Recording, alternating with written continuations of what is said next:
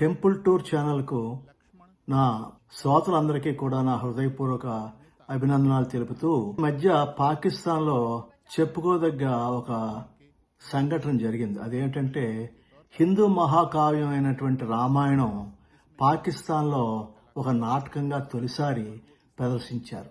July 11న విదేశాంగ మంత్రిత్వ శాఖ ఆర్ట్స్ కౌన్సిల్లో అది ప్రీమియర్ షోను ప్రదర్శించడం జరిగింది.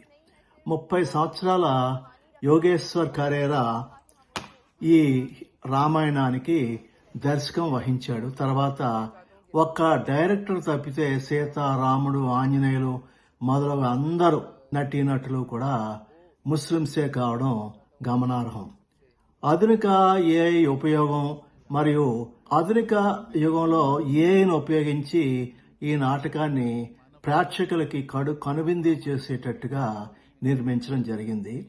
ఈ మధ్య పాకిస్తాన్కి మరియు భారతదేశానికి ఎన్ని గొడవలు జరుగుతున్నా, ఎన్ని ఉద్రిక్తలు ఉన్నా కూడా ఈ కరాచీలో ప్రదర్శించినటువంటి ఈ రామాయణం 1000 టిక్కెట్ల వరకు అమ్ముడుపోయి చిన్న పెద్ద అందరూ కూడా యువతి యువకులు పెద్దవాళ్ళు అందరూ కూడా ఈ రామాయణ మహాకావ్యాన్ని నాటకంగా చూసి చాలా సంతోషించడం జరిగింది. ఈ అత్యంత ప్రియమైనటువంటి మహాకావ్యాన్ని ధైర్యంగా పరిచయం చేసినటువంటి కరేరా ఆర్థిక విభాగంలో గ్రాడ్యుయేట్. ఈయన తర్వాత కళాకారులందరూ కూడా కరాచీకి చెందినవారు. కరాచీకి చెందిన మౌజ్ కలెక్టివ్ బ్యానర్లో నాటకాన్ని ప్రదర్శించడం జరిగింది.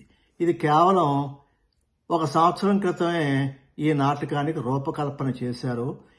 మేము ఈ స్థాయిలో ఉత్సాహాన్ని ఊహించలేదని ఈ నాటకం యొక్క దర్శకుడు కరేరా ఒప్పుకున్నారు.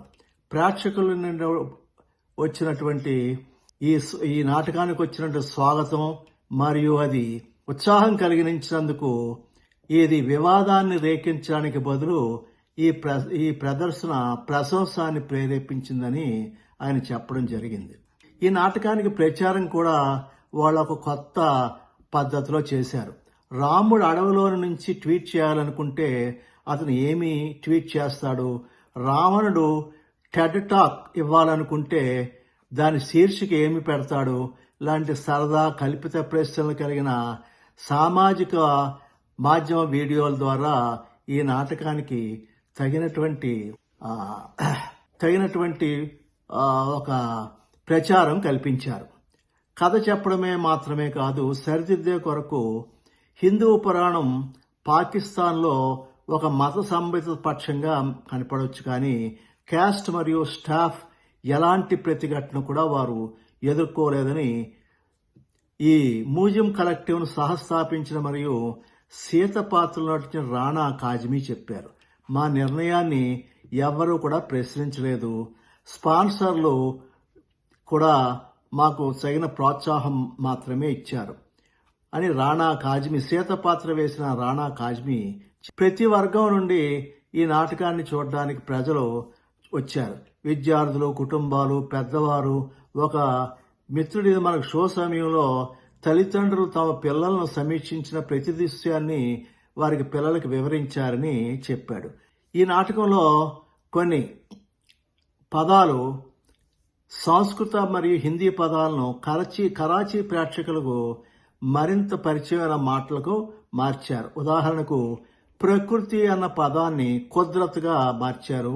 ఒక దృశ్యంలో హనుమాన్ నాకు అందాలిస్తాడు మరియు అంగూతి అనే పదం వాడారు, కానీ జిబ్రాన్, హనుమాన్ పాత్రలో ఉన్న జిబ్రాన్ ఆ ముద్రికను బదులుగా మండ్రిక్ అని చెప్పినప్పుడు నేను కొంచెం ఆశ్చర్యపోయాను. కాజ్మీ నవ్వుతూ ఈ విషయాన్ని గుర్తు చేసుకున్నారు. ముద్రిక అంటే ఏమిటో నాకు తెలియదని కూడా అతను అన్నాడు. నేను ముస్లిం మత సముదాయానికి చెందిన వ్యక్తి కాకపోయినా ఈ కథ ఎప్పుడు నాకు సంక్షిప్తమైనదే లాంటిది. మా ఉపఖండ సంస్కృతిలో రామాయణం ఒక భాగంగా ఉంది మరియు దీని విలువలు ప్రాపంచికంగానూ మరియు సార్థకమైనగా చెప్పవచ్చు. నమ్మకమైన కథ అందించడం, కరాచీ సంస్కృతిని కలుసుకోవడం, సంస్కృతి మరియు భాషా అంతరాలను దాటడానికి ఈ టీం మరియు కొంతమంది సంస్కృత మరియు హిందీ పదాలను కరాచీ ప్రేక్షకులకు మరింత పరిచితమైన వాటిగా మార్చారు. ప్రకృతిని మీకు ఇందాకే చెప్పడం జరిగింది.